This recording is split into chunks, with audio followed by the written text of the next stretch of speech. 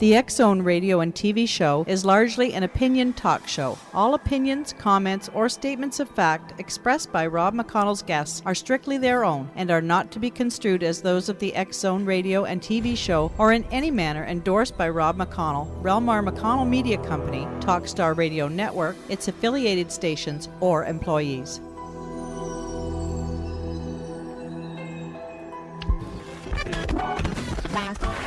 All Hit Radio.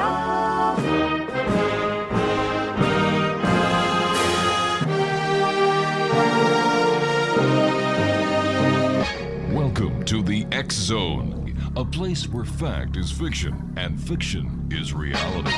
Now, here's your host, Rob McConnell.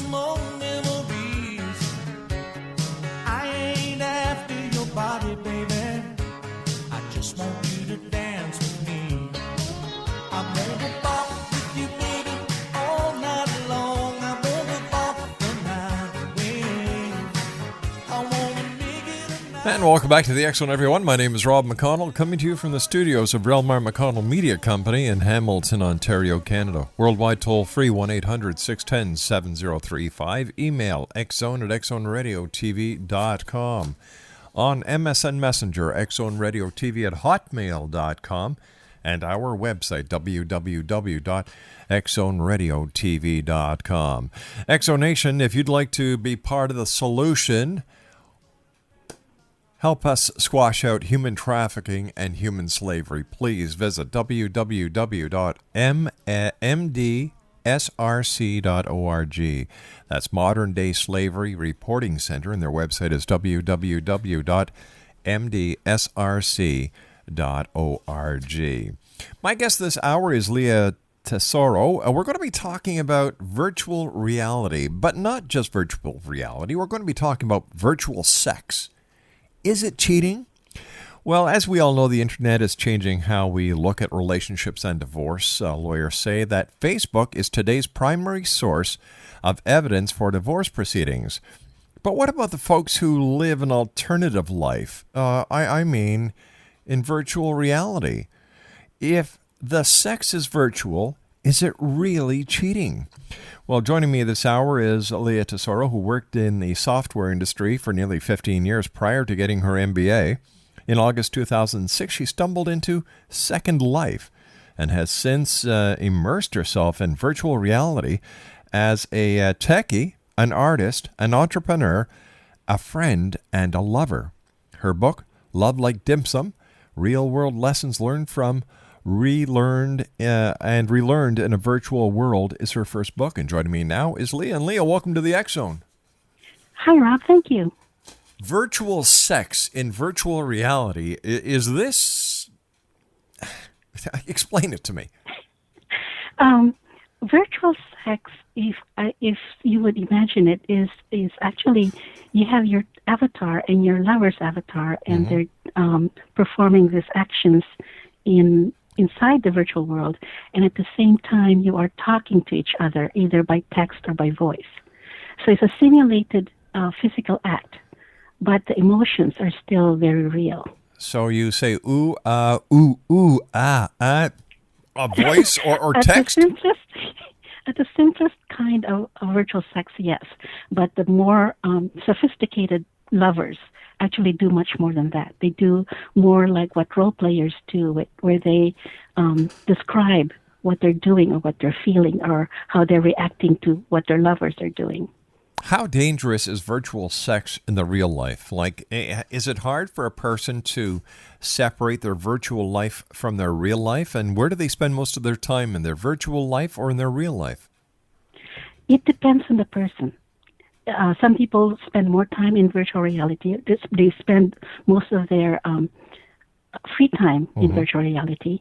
Some people just swing by, they come in once a week over the weekend or something, and then they just disappear again and then come back again later whenever they feel like it. This is going to be an interesting hour, X-Zone Nation. Please stand by. Leah, you and I have to take a commercial break. Nice talking to you, and I'm looking forward to getting some answers to some questions that I've had for a long time.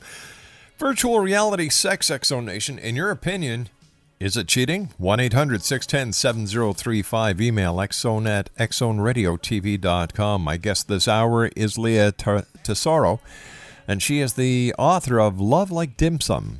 I thought that was Chinese food. We'll be back on the other side of this commercial break as the X-Zone continues from our studios in Hamilton, Ontario, Canada.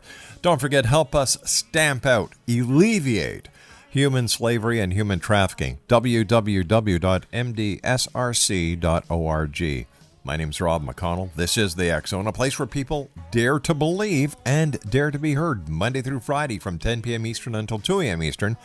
On the Talkstar Radio Network, X-Zone Broadcast Network, UK High Definition Radio, Euro High Definition Radio, Star Cable, and stations around the world. We'll be back in 2 minutes. Don't go away.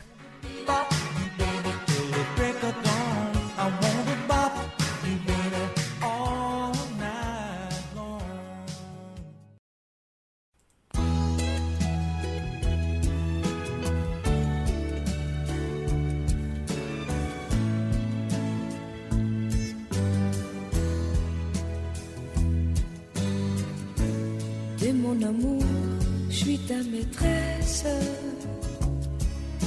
T'es tout ce que je veux, t'es tout ce que j'ai voulu. T'es mon amour de la tête aux fesses. Et plus ça va, le plus t'es mon ami. Une bonne fois, si tu veux, je te montrerai sans tricher un côté de moi comme je n'ai jamais osé montrer à qui que ce soit.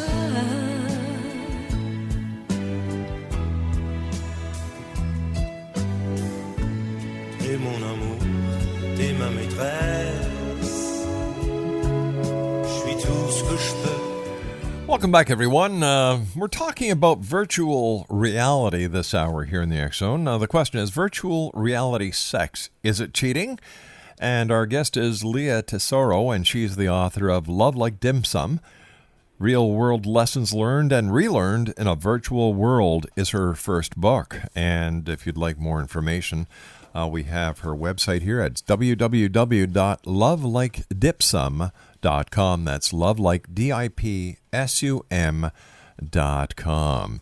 All right, let's take a few steps back here so we can all better understand the world of virtual reality. How did you get involved? In Second Life, you mean, or in yes, virtual? In virtual reality, like Actually, I discovered it when I was doing some research about business in score.org, which is a website for small business owners. Mm-hmm.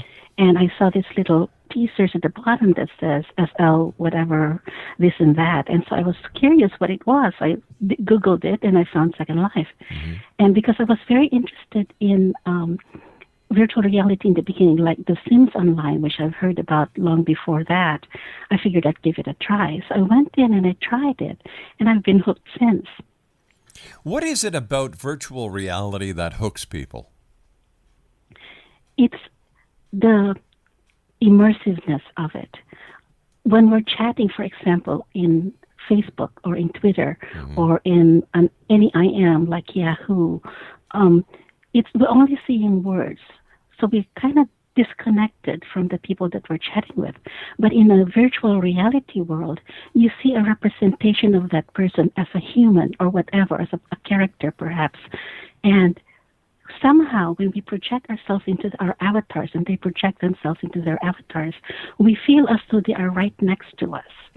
And so you have people who are from different parts of the world, perhaps even on the other side of the world. Mm-hmm. You feel as though you're right next to each other, like they're your next door neighbors and you're just chatting over the fence. it's a very unique perspective. It's a very unique phenomenon that seems to only happen inside a virtual world. So am I to understand that when a person takes an avatar, they're actually taking a representation of who they would really like to be, but because they can't be this person in real life, they live a false life or a life they'd like to live behind the face of an avatar in virtual reality? Not necessarily. What's surprising is that most of the avatars are still human-based. And most of the time, they look like their real-life selves. So somebody with dark hair would still have a dark-haired avatar inside Second Life. Some people choose to be something else, like I choose to have red hair, for example. Mm-hmm. Or somebody else may choose to be a large cat, or an elf, or whatever else they can think of, or a dragon. So it depends on the person as well. But still, most of the time, most of what I've seen is that people tend to still look like themselves. How does the virtual life differ from the real life? And is there any time where you, as the person who has an avatar in Second Life, looks at your Second Life persona as being the real world, and the real world as being a false world or a different world? No, not really, because you still are very clear about what's real and what's inside a virtual world. I'm not, of course, saying that what's inside a virtual world is not real, because there are aspects of it that are real. Your interactions with people, how you relate to them, the relationships that you have with them, the emotions that you feel are still real. So even though you're projecting a persona that looks different from what your real life is, you still behave like who you are, because it's very difficult to pretend to be someone for a very long time, someone else. Unless you're an actor, of course, and you're used to it and you don't do it for a long time. But for most people, the real self of the real personality, their intelligence, their whatever makes them happy, what makes them sad, what they like, what they don't like, it spills into the virtual world. So it's a mix of reality and fiction, if you would say, or pretense. It's like being in a costume ball, for example. You're dressed as someone else, but you're still yourself. Is there any danger of psychological damage from anything that happens in the virtual world, in virtual reality? For example, you meet somebody online in your virtual world under the guise of an avatar. You fall in love. Now, this love just isn't part of your virtual world. It also carries over into your real world. And you know what? Let's say this person breaks off with you, or there's a tragic accident and this person is no longer involved in your virtual world. How do you separate one from the other, one of make-believe and one of reality? You cannot, because your emotions are still real, and the experience is still real. You will feel the pain, you will feel the heartbreak, you will feel the grief when somebody dies.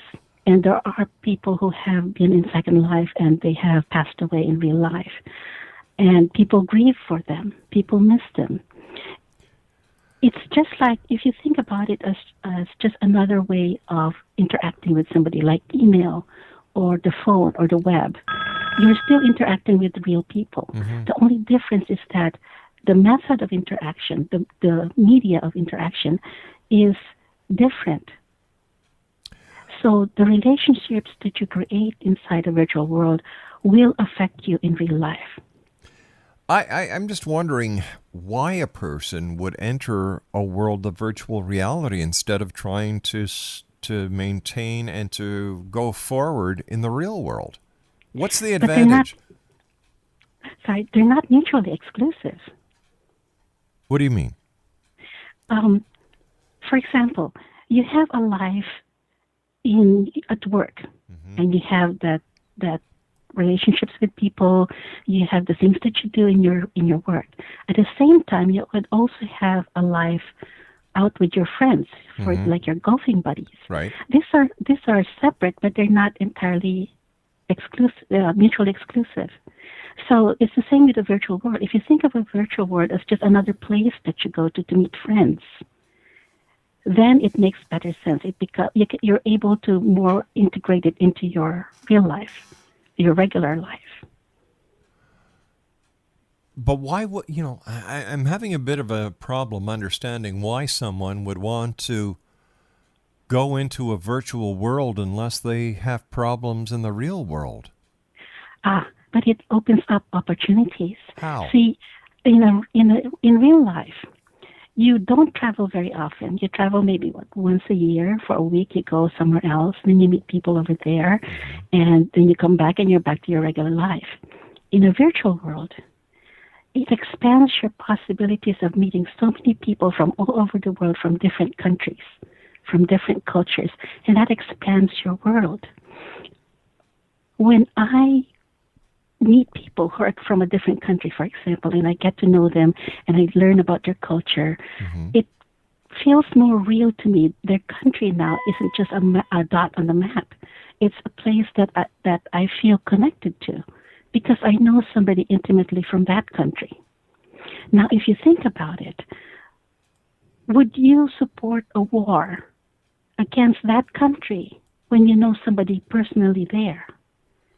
So it has implications in our society as well, because we get to know people who are not like us more intimately, and we get to accept them more.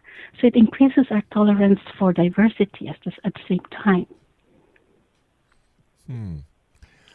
But is virtual reality for everyone, or is there a certain mindset that virtual reality has been created for? Hasn't been created specifically for any specific person, but as with any technology, there are certain people who are more familiar with it or who are more comfortable with that type of technology. At this point, virtual reality is a little more difficult to learn than the web because it's a more complex application or software. So in that sense, right now, at this point, it's not quite easy for mainstream people yet. But people who are ordinary people who are not even techies, they're able to come in and they are able to live inside a virtual world just as easily as the rest of us. For example, I know musicians who would perform inside Second Life, and they just know just enough to be able to put together a show. And that's it. And interact with other people, and that's it. So after you get to know the basics of the software, you can pretty much live in a virtual world comfortably like anybody else. All right, so I think I'm getting the gist of it, but I'm going to have to take a commercial break here with the news, and we'll come back and talk more about this fascinating world. It seems like it's almost part of a dream world, if I can relate it to that, but it's a dream that has multiple people in it at the same time reacting in real time. How's that? Yes, that sounds like a good metaphor, yes. Oh, okay, please stand by, Leah. Thank you very much for joining us. It's great talking to you. Exonation, Leah TESORO is our special guest. We're talking about virtual reality. And the question is, virtual reality sex, is it cheating? My name is Rob McConnell. This is the X Zone, and we'll be back on the other side of the news and these fine words from our sponsors. Whatever you do, don't go away. No, not even into virtual reality. I need you on this side. We'll be right back. T'es mon amour, je suis ta maîtresse. T'es tout ce que je veux.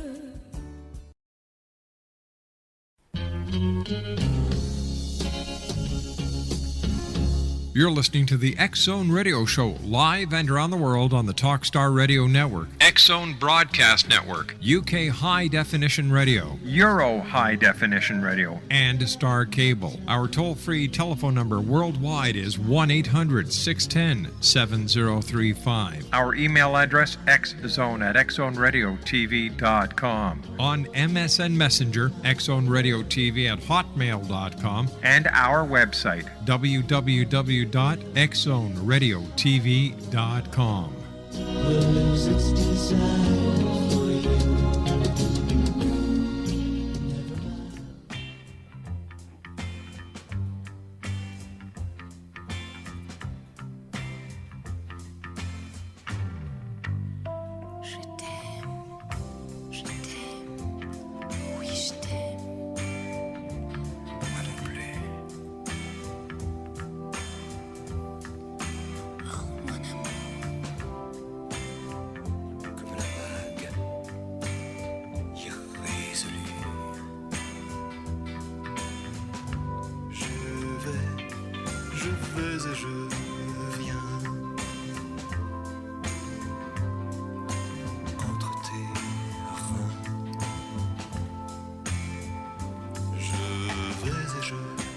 Welcome back, everyone. There's an oldie but a goodie that goes way back to my youth.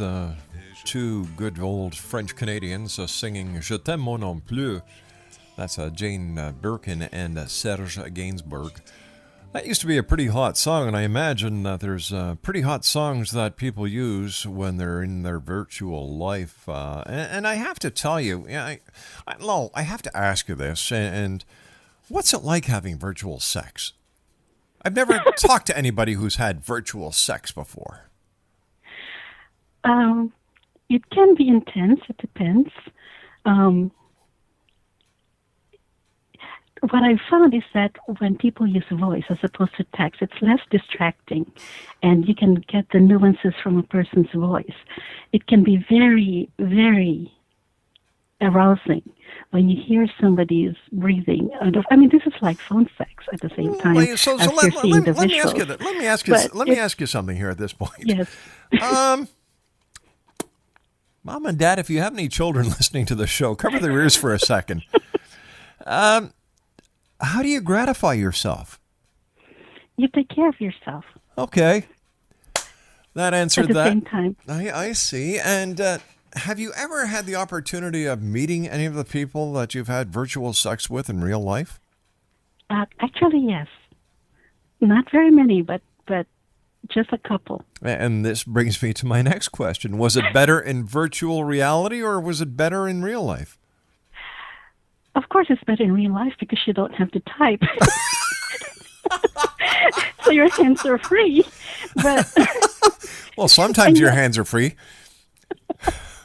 But you feel more. You actually feel the other person touching you in real life.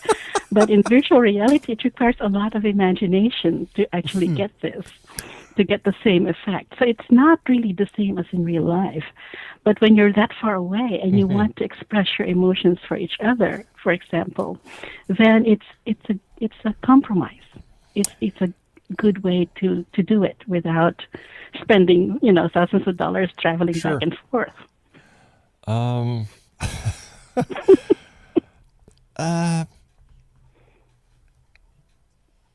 How does virtual reality help people? I understand that it actually, some people believe it's a healthy release. Actually, yes, because the emotional rewards are still there. And you have a broader base for your support system, for example.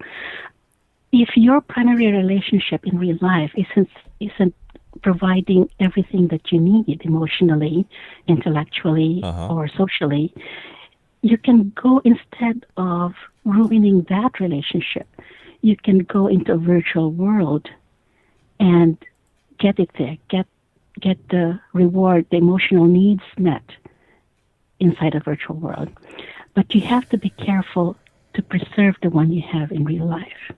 Yeah, like how do you play it safe that the virtual reality doesn't ruin your real life? Like there has to be cases where virtual reality has consumed the player and they actually ignore their real relationships, their wives, their kids, and they live for their virtual world. How do you stop that from happening?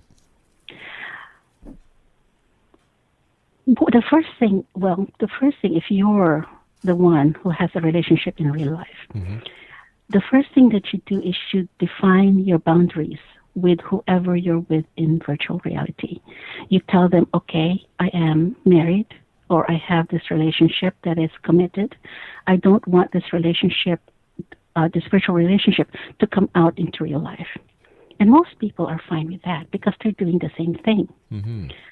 So you limit your interactions inside the virtual world and only when you're logged in. Some people would extend it out to email, for example, or to quick text messages. But the focus is, the ideal is that you say, here are my boundaries. It doesn't come out, and you don't visit each other, you don't see each other. You specify a specific time when you're going to be with your virtual lover, and you specify a specific time when you're going to be with your primary relationship in real life. Do people ever get married in virtual reality? Yes, we have virtual weddings. It's a big business inside virtual reality, and it satisfies a need for some women who need this big wedding thing, but they can't afford it because it's cheaper. Wait a sec. Hold on here. There's got to be something I'm missing here. Like, okay. if there's a woman who, let's say, is married and she goes into virtual reality to get the things that she can't get in real life, doesn't that raise a flag for a psychological problem? I'm no psychologist, so I can't really answer that question. But if they encourage you to get what you need elsewhere, but it's not real. It's not real. It's a world of imagination. The place is not real. The avatar is not real, but the interactions are. The conversations are real. The emotions are real. The friendships are real. I don't know. So virtual reality is replacing the Playboy book for young kids. Who knows? Well, there's a limit, though. There's an age limit. There are areas of the virtual world where they segment out the adult content from the general content, the PG content. So even though they allow people who are age 16 or older there, we don't allow anybody younger than 16 inside. Well, not officially, although you can't really verify it, just like the internet. They segment out the content that some people might find offensive or younger people are not supposed to be looking at. Sorry. No, I was just going to ask you if there are those people who, let's say, are at work and instead of working are actually on the computer in their virtual world. And, doesn't this kind of pose a problem because the people are supposed to be working, they're in virtual reality. And do you have to buy anything? Does it cost you anything to be in this virtual world? Your first question is, it's the same with the internet or the web anyway. They could be doing something else on the internet or the web, or watching a movie on YouTube, or something or whatever. It's the same distraction. So however you deal with those other distractions is how you deal with it with people who are at work. And most workplaces anyway, they actually put a firewall so that people cannot get into certain websites or into certain sites. And virtual reality requires a lot of bandwidth. It requires a bigger network than most. So it will slow down the entire company's network if you actually do it there. Now, your second question is whether it's free. Yes, it is. You can come in on the basic account in Second Life for free. They give you a list of, or a set of avatars that you can choose from. These are default avatars. And if you don't like what they look like, you can modify them.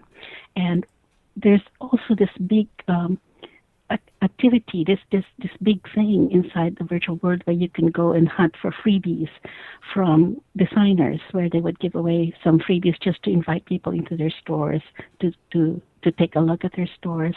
And there are events that we call hunts, where you go from one store to the other and you look for that freebie inside the store. So there's lots of ways to get free stuff inside a virtual world. But I also understand it can cost a lot of money in some instances. In some, if you buy virtual land is the most expensive the most expensive thing inside a virtual world. Actually, I got to ask you, why would anybody waste good money on imaginary land? Because it gives you space where you can build your dream home. You can do that on a piece of paper. You don't need to spend money on. You know what? I'm finding this very hard to understand why people do this. You know, if it's a fun and a game, I can understand it. You know, like there are plenty of games out there that kids get into. What was the Dungeons and Dragons? I think was one of the first ones. But I understand there, like you just said, people buy land, and how much does land go for in the virtual world? It depends. The smallest piece of land is about 512 square meters, and you can get that if you pay the monthly premium fee, which is about between $6 to $9, depending on whether you pay monthly or you pay annually. And if you want more, then you can buy additional land, and additional land would also require you to pay a bit more every month. So it's like a property tax, if you think about it that way, and that can be expensive. Some people actually buy a whole, what we call a sim, which is, or a region, which is actually just a server, and you get 256 by 256 square meters in that land, and you can have privacy so that there's nobody else around you, and nobody else can come in if you don't want to, and you can put different things in there. You can plant trees where you want them. You can install buildings where you want them. You can even change the land formation. You can have a mountain if you want. You can have a very deep ocean if you want. So you can configure it any way that you want. And many people actually do buy those regions just because of the privacy or the flexibility of what they can do in it. Okay, so you buy your land. You're let's see, even at $70 a month, you know, you're nearly $800 a year to actually play in a dream world. Yes. Why would you want to buy land that doesn't exist? Why would you want to buy any luxury item, for example? Well, I buy luxury items that I can hold. Okay. You know, I buy luxury items that my wife says I can buy. Let me put it that way. But, you buy a car, it's in the driveway. You buy a house, you live in it. You buy a swimming pool, it's in your backyard. You buy an 80-inch LED TV, it's on the wall. In the real world. I sell the house. I've maintained it. I've groomed it. I get more money. I get return from my investment. And so why would I want to buy land in a virtual world? I don't understand it. Help me understand. Okay. Most people, one reason is that most people cannot afford real life things. So when they get something in a virtual world, they still feel as though they have that. But it's a false world. It's a lie. It's a virtual lie that they're telling themselves. This can't be healthy. I've got to bring a psychiatrist on the show and talk to him about this, because I'm sure that there's something desperately wrong with this. Like, this is worse than Twilight Zone. Let me ask you a question, though. Sure. Why do you watch a movie? Why do I watch a movie? I very rarely watch movies, and I very rarely watch TV. Okay. But for some people, they watch a movie because they get something out of it. They get the experience out of it. It's not real. Yes, but you know But it's they not get- real. You know it's not Yeah. real. You know that in Yeah. the hour and a half, it's going to be over, and you know that if the fire alarm in the movie theater goes, there's a real fire, and you get your real butt out of that real chair very fast. Yes. You know, It's the same with virtual reality. You know that it's not real, but it gives you a certain amount of satisfaction. but people go to movies maybe once every 2 weeks to once a month. But people who deal in, well, how many hours a week do you spend in the virtual world? I personally decided to immerse myself deeply into it, so I'm there a lot of several hours a day. It's my business. I have businesses inside the virtual world. For most people, Whoa, though, wait they a would second. Whoa, probably- let's back up here. You've got businesses in the virtual world. Yes. Do you make money in the virtual world? Very little right now. So why would... Because Okay. yes. All right. What kind of business do you have in the virtual world? Hold on. We've got to take a commercial break. My producer is saying, I must be missing something here, Exo Nation. I must be. We'll be back on the other side of this commercial break here in the real world with yours truly, Rob McConnell, 1-800-610-7035. Email xzone@xzoneradiotv.com. Virtual world. Virtual reality sex. Is it cheating? I don't know. You let me know. We'll be right back. T'es mon amour, je suis ta maîtresse. T'es tout ce que je veux.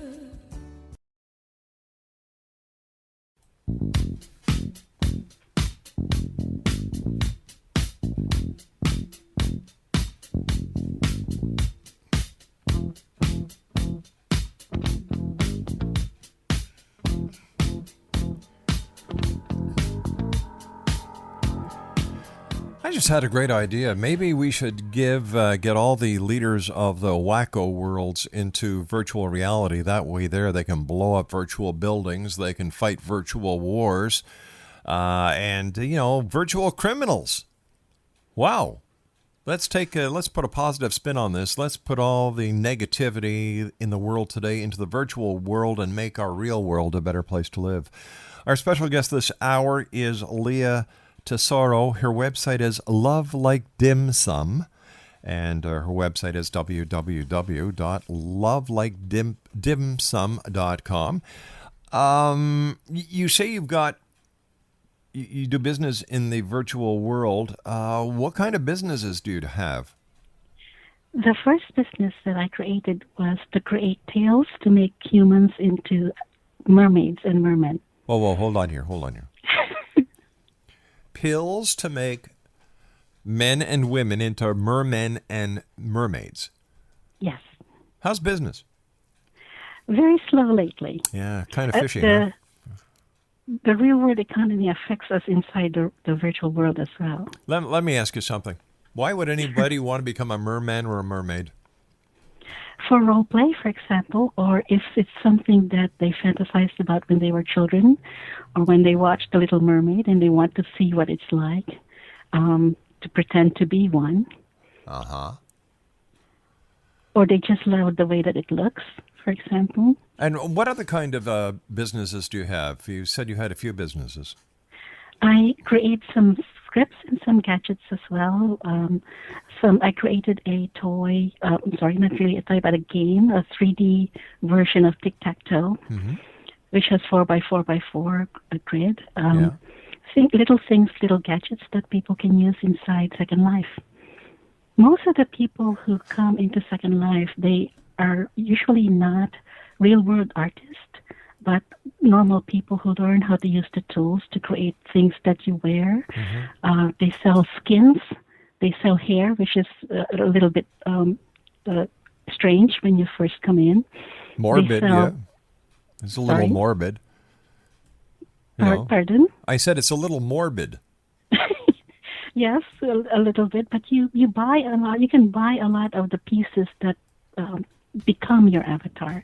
You can replace the default ones that you get when you sign up, and you can put them onto your avatar. You can buy nails, for example, eyelashes, different types of clothing. You can buy vehicles. You can buy buildings, trees, plants, rocks. You can buy rocks. Anything. So you can put it on your land if you want it as part of your decoration for your land. You can buy waves or something that's similar. Leah, I hate to do this, but we've run out of time for tonight. I want to thank you so much for joining us. And what can I say? I think there's a bunch of wackos out there. Another one bites the dust. That is so true. Another one bites the dust. You know, can you imagine that? Spending money to buy virtual land, spending money to buy a virtual pill that turns you into a virtual mermaid or a virtual merman, having virtual sex. What is this world coming to? My name is Rob McConnell. This is the X Zone, a real place, not a virtual place. 1-800-610-7035, worldwide toll-free. Email xzone@xzoneradiotv.com. I don't know, what is this world coming to? Paying for virtual stones. Buying virtual land. Oh my good Lord. We'll be back on the other side of this break. Don't go away.